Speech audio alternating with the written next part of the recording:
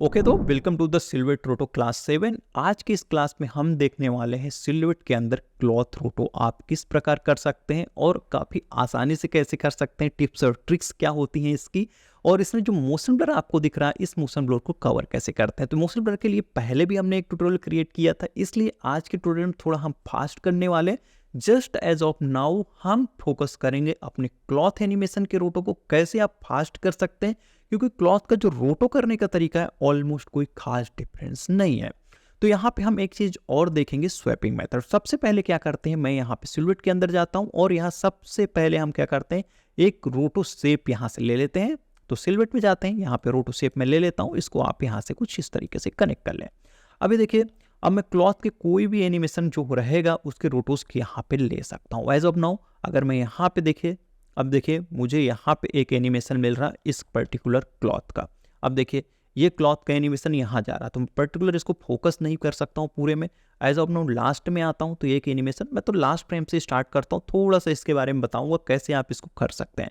सबसे पहले लेता हूँ यहाँ पर एक रोटो शेप और बेसिक एक रोटो शेप यहाँ पे क्रिएट करता हूँ। आप बी स्प्लाइन का यूज कर सकते हैं, बेजियर का यूज कर सकते हैं, जिस भी टूल को आप बेटर लगे तो उसका यूज कर सकते हैं। एक बेसिक रोटो शेप हमने यहाँ पे क्रिएट कर ली हुई है, ये परफेक्ट शेप नहीं होने वाली है, थोड़ा स्मूथ आउट कर लेते हैं। तो एक ऐसा रोटो शेप हमने थोड़ा सा यहाँ पे एडजस्टमेंट कर लें। ओके, तो ये हमने कर लिया। तो अब यहाँ पे मैंने इसका रोटो का शेप यहाँ पे क्रिएट कर लिया। अब मैं बैकवर्ड फ्रेम में जाता हूँ तो ये शेप बराबर है, तो टी प्रेस करता हूँ, इसको अपने अकॉर्डिंग थोड़ा सा एडजस्टमेंट हम यहाँ से कर सकते हैं। देखिए ये वाला पर्टिकुलर थोड़ा सा बेसिक मैच हो गया। जो मैच नहीं हो रहा उस टाइम पे हमें पॉइंट्स को, जब इसका कर रहे हो पॉइंट्स को हमें छेड़ना पड़ता है, तो इन पॉइंट्स की मदद से हम कुछ रोटो शेप को थोड़ा सा बेटर कर लेते हैं। सेम हमें प्रोसेस नेक्स्ट फ्रेम के लिए भी करना पड़ेगा। इसमें भी हमें मिल रहा तो टी प्रेस करेंगे। अब देखिए टी प्रेस करने के बाद ये वाला एनिमेशन यहाँ से मैच होके आ गया, देखिए ऐसा कुछ। ओके, अब इस फ्रेम पे आता हूँ तो जो मेरा ये वाला पर्टिकुलर, यही जो आपको बताने का तरीका था, तो ये वाले पर्टिकुलर इस शेप की हमें रिक्वायरमेंट नहीं है। जब हमें किसी शेप की रिक्वायरमेंट नहीं होती है तो उस सिनेरियो में शेप का क्या करना चाहिए। तो ये शेप हमारी सिलेक्टेड है, मैं इसको आउट ऑफ द बॉक्स कर दूंगा, मतलब कि इसको सिलेक्ट करके हम यहाँ से बाहर निकाल देंगे कुछ इस तरीके से। तो अभी क्या हो रहा, यहाँ पे है, यहाँ पे नहीं। जब आप किसी शेप को बाहर करते हैं तो मेक श्योर इसको आप बाहर कर सकते हैं, बट इसकी ऑप्सिटी को ऑन एंड ऑफ करना बहुत जरूरी है। तो देखिए यहाँ पे जो आउट ऑफ बॉक्स है मुझे इसकी जरूरत नहीं है, तो इसकी ऑप्सिटी हम ऑफ कर देंगे। ऑफ कैसे करेंगे, तो ये फर्स्ट वाला जो हमारा ऑप्शन है, ये ऑप्सिटी का ऑप्शन होता है। मैं इसको यहाँ से करता हूँ स्विच ऑफ। तो यहाँ से देखिए ये वाली बटन जो है ऑप्सिटी की आ गई है, तो यहाँ पे हमारी ऑप्सिटी 0 हो गई है। जैसे ही नेक्स्ट फ्रेम पे हम जाते हैं, यहाँ पे देखिए सेम रहेगा। अगर शिफ्ट ए प्रेस करता हूँ तो यहाँ पे कोई भी यहाँ पे कलर नहीं दिख रहा, अल्फा नहीं दिख रहा, क्योंकि ऑप्सिटी की वैल्यू हमने 0 कर रखी है। तो यहाँ पे वापस से ऑप्सिटी की वैल्यू को हम 100 कर देते हैं। जैसे ही 100 कर सकते हैं तो यहाँ पे आपको एक कलर वैल्यू और अल्फा वैल्यू यहाँ पे देखने को मिल जाती है। देखिए तो अभी मैंने देखिए यहाँ रखा, यहाँ ऑप्सिटी ऑफ कर दी है। अब देखिए यहाँ पे मुझे रिक्वायरमेंट नहीं है, शिफ्ट ए वापस करता हूँ, यहाँ पे रोटो की जरूरत है, तो यहाँ पे मुझे एक नया रोटो शेप क्रिएट करना पड़ेगा। अभी मैं बी स्प्लाइन ले लेता हूँ और एक बेसिक रोटो यहाँ पे मैं ऐसा कुछ क्रिएट कर लेता हूँ, ऐसा।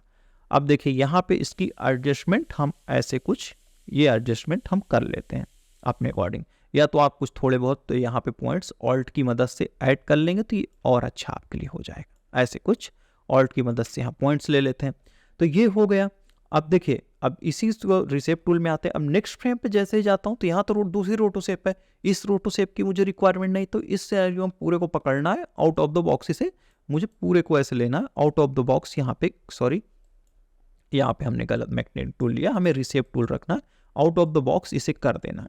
तो एज ऑफ नाउ देख रहे हैं ये यहाँ पे है, यहाँ पे देखिए ये वाला शेप है, यहाँ पे ये शेप है, बट हमें ध्यान रखना पड़ेगा जब ये आउट ऑफ द बॉक्स जाता है तो इसकी ऑप्सिटी जो है 0 पर्टिकुलर हो जाए। देखिए यहाँ पे हमारा सिलेक्शन है, मैं इसकी ऑप्सिटी कर देता हूँ 0। अब वापस से आता हूँ जहाँ पे रिक्वायरमेंट है, वापस से इसकी वैल्यू को हम 100 कर देते हैं। तो देखिए अब यहाँ से रहेगा, तो इस शेप को मैं वापस से अपने अकॉर्डिंग सेट कर लें, ऐसा कुछ। तो इस तरीके से कुछ आप क्या कर सकते हैं, अपनी जो शेप्स हैं उन शेप्स के लिए रोटो को स्वैपिंग मेथड के थ्रू ऐसे कुछ कर सकते हैं। ऑप्सिटी को ऑन ऑफ कर सकते हैं और आउट ऑफ द बॉक्स अपने रोटो शेप्स को ले जा सकते हैं जब आप सिल्हूट में रोटो कर रहा हूँ। बहुत बार क्या होता है, आपको एक शेप की रिक्वायर्ड सिर्फ एक फ्रेम के लिए होती है, तो आगे पीछे आप कुछ इस तरीके कर सकते हैं। और मोशन ब्लर के लिए सेम टूल हम यूज करने वाले हैं जैसा कि मैंने सबसे पहले आपको बताया था। तो थोड़ा सा यहाँ पे फोकस करें। मोशन ब्लर का ऑप्शन कौन सा है, देखिए इस रोटो शेप को हम सिलेक्ट करते हैं। मोशन ब्लर कौन सा है, तो यहाँ पे जैसे आएंगे ऑप्सिटी, इन्वर्ट यहाँ पे मोशन ब्लर का, तो इसको मोशन ब्लर को आपको ऑन कर लेना है। ऑन करने के बाद आप नोट ग्राफ में जाना है और ये वाला जो मोशन ब्लर होता है इसको कर लेना है इनेबल। तो अब शिफ्ट ए करते हैं, देखिए मोशन ब्लर आपको यहाँ पे क्रिएट होके पूरी तरीके से मिल रहा। अब यहाँ मोशन ब्लर की वैल्यू ज्यादा हो रही, तो एज अपनो जैसे पहले बताया था ये सेम रेशियो में रहे, शटर फेस और एंगल सेम रेशियो में रहे। इसको सेम रेशियो में हमें डाउन लेके आना है। डाउन कैसे, अगर इसका 1/3 मुझे लेना है, 90 की जगह मैं यहाँ पे 30 कर देता हूँ, सॉरी -30 कर देंगे और ये एंटर कर देंगे। और जो ये वाली वैल्यू शटर एंगल की, अब इसको भी डिवाइड बाई 3 कर दीजिए, तो यहाँ पे कितना आएगा 180, तो अराउंड ये 60 का हमें वैल्यू मिल जाएगा। Then hit enter. अब देखिए तो ये वाला मोशन ब्लर भी हमारा मैच होके आ गया है। अब इस सिनेरियो में लास्ट फ्रेम पे हमें मोशन ब्लर नहीं मिलता, उसके लिए करना क्या है कि जो हमारा रोटो शेप है वो क्या मोशन के बेस पे, तो नेक्स्ट फ्रेम पे हमारा रोटो शेप अगर देखें, यहाँ पे मैं करता हूँ 31 और एंटर करता हूँ। तो नेक्स्ट फ्रेम पे अगर मैं जाता हूँ तो ये वाले रोटो में मेरा मूवमेंट नहीं है, इसलिए इशू हो रहा था। इस सिनेरियो में टी प्रेस करता हूँ, अभी मेरे पास फ्रेम है तो यहाँ मैच करवा लेता हूँ। अभी देखिए शिफ्ट ए प्रेस करता हूँ और मैं बैक फ्रेम में आता हूँ, तो यहाँ मोशन ब्लर क्रिएट होके आ गया है।